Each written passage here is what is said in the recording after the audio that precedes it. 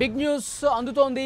Nowhera Sheikh CID custody ముగిసింది. నౌహీరాను పోలీసులు చిత్తూరులో తరలిస్తున్నట్టుగా సమాచారం అందుతోంది. ఈ నెల 25 లోపు నౌహీరాను హాజరుపరచాలని హైదరాబాద్ సిసిఎస్ నౌహీరాను హైదరాబాద్కు తరలించే యత్నం జరుగుతోంది. నౌహీరా షేక్ సిఐడి కస్టడీ ముగిసింది. నౌహీరాను చిత్తూరుకు తరలిస్తున్నారు. నౌహీరా షేక్ సిఐడి కస్టడీ ముగిసింది. తెలంగాణలో నౌహీరాపై నమోదైన కేసుల్లో కదలిక వచ్చింది. 25 లోపు నౌహీరాను హాజరుపరచాలని హైదరాబాద్ సిసిఎస్ పోలీసులకు నాంపల్లి కోర్టు ఆదేశం జారీ చేసినట్టుగా సమాచారం అందుతోంది. హైదరాబాద్కు తరలించేందుకు యత్నం జరుగుతోంది. నౌహీరా షేక్ సిఐడి కస్టడీ ముగిసింది. హైదరాబాద్కు తరలించే ప్రయత్నం జరుగుతున్నట్టుగా ఒక సమాచారం అందుతోంది. తెలంగాణలో కూడా కేసులు నమోదైన నేపథ్యంలో హైదరాబాద్కు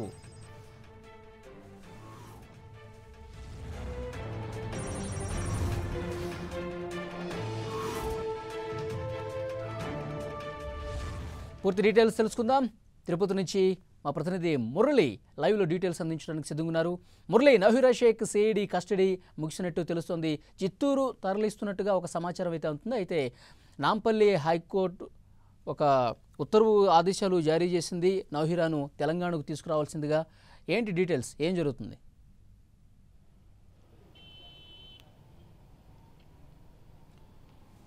కొద్దిసేపటి క్రితమే తిరుపతిలోని సిఐడి కార్యాలయం నుంచి షేక్ నౌహీరాను చిత్తూరుకు తరలించారు. నిజానికి ఆమె గడిచిన 3 రోజులుగా సిఐడి కస్టడీలో ఉంది.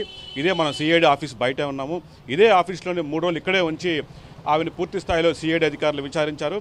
ఏదైతే 6,000 కోట్ల రూపాయలు అంటే ప్రజల నుంచి అక్రమంగా డిపాజిట్ల రూపంలో వసూలు చేశారో 6,000 కోట్ల గురించి, అట్లాగే విదేశీ ఖాతాల గురించి, ఇంకా 15కు పైగా నిర్వహిస్తున్న వ్యాపార కంపెనీల గురించి పూర్తి స్థాయిలో సిఐడి అధికారులు ఆమెని విచారించారు. ఆమెపై ప్రశ్నల వర్షం కురిపించారు. అయితే మనకున్న సమాచారం ప్రకారం సిఐడి అధికారులకు ఎట్లాంటి సంతృప్తికర సమాధానం హీరా నుంచి లభించలేదు. తాను చాలా న్యాయబద్ధంగానే వ్యాపారం నిర్వహించాను, ఎవరిని మోసం చేయలేదు, డిపాజిట్ దారులకంతా కూడా తాను వాళ్ళు ఏదైతే తాను వసూలు చేశానో ఆ డబ్బంతా కూడా ఈవేళ బంగారు రూపంలో ఉంది.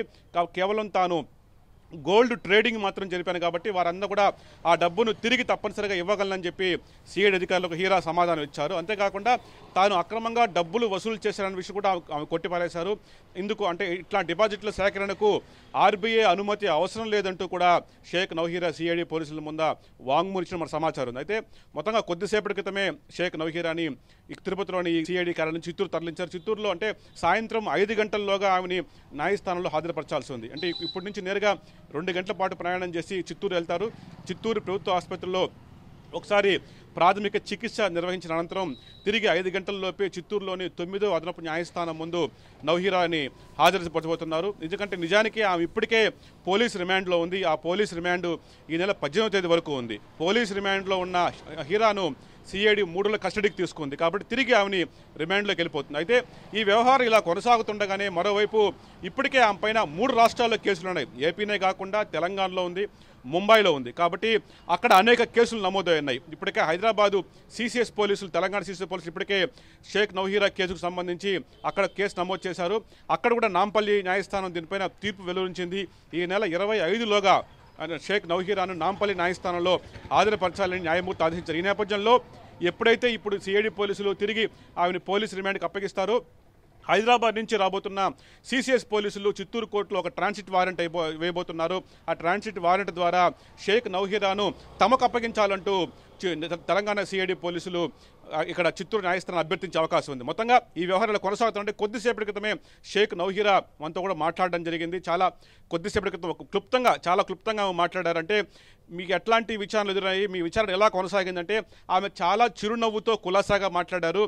విచారణ చాలా బాగా జరిగింది, వారు చాలా ప్రశ్నలు వేశారు, నేను అన్ని ప్రశ్నలు కూడా సమాధానం చెప్పానని చెప్పడం జరిగింది. అయితే మీరు ఎదుర్కొంటున్న ఆరోపణల గురించి, డిపాజిట్ దారులకు ఎదురవుతున్న బెదిరింపుల గురించి కూడా మనం అడగడం జరిగింది. అయితే అట్లాంటి బెదిరింపులు, ఆరోపణలంతా వేస్ట్ అని ఒకే ఒక వ్యాఖ్య చేసి ఆమె నవ్వుతూ వాహనానికి సిఐడి పోలీసులతో కలిసి చిత్తూరుకి వెళ్ళిపోవడం జరిగింది. మొత్తంగా షేక్ నౌహీరా అయితే ఆమె ఫేస్లో ఎట్లాంటి భయం కానీ, ఆందోళన కానీ, కంగారు కానీ కనిపించలేదు.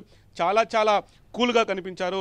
ఎందుకంటే సిఐడి పోలీసులు అయితే మనకు అఫీషియల్గా ఏం చెప్పలేదు, కానీ సిఐడి పోలీసులకి ఆమె నుంచి ఎట్లాంటి ఒక కీలకమైన సమాచారం అందలేదని తెలుస్తోంది. ఎందుకంటే 3 రోజుల పాటు విచారించినప్పటికీ కేవలం తాను న్యాయబద్ధంగానే వ్యాపారం చేశాను, ఓకే.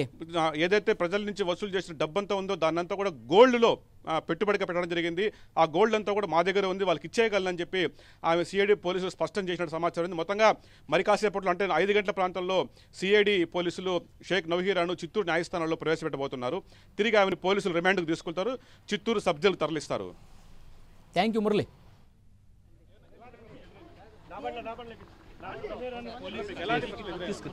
చెప్పండి, మీ మీద అనేక ఆరోపణలు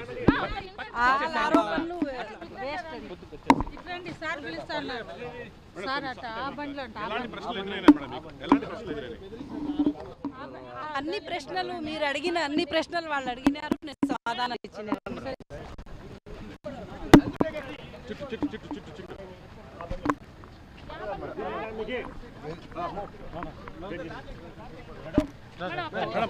కొంతమంది బాధితులు కదా బెదిరింపులు, దాని మీద మీ సమాధానం